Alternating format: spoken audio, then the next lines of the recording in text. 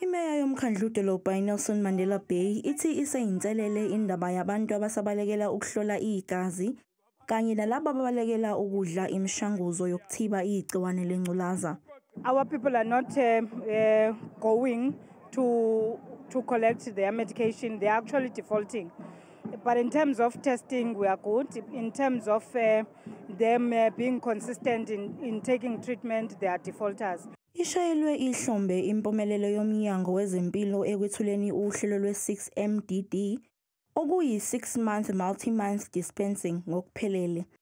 Nokuwuhlelo oluchaza ukuthi labo abaphila naleli gciwane sebezovakashela umtholampilo kabili onyakeni. Last month, Minister of Health, Utatu Motsoaledi, was launching its 6MDD. Lonti Tetando.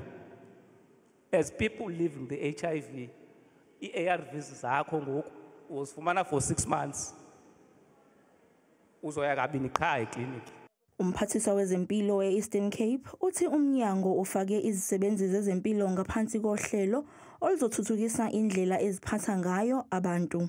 We are really trying to capacitate our facility, our health workers. At the same time, we want to show that our facilities do give privacy to our communities and our clients. So we are appealing to our clients to come to our facilities. If they have any issues that relates to how they were treated, they must please inform us as a department so that we can deal with that. Kunxuswe abantu besilisa ukuthi bekujwayele ukuhlola igazi. We are appealing men, go and test.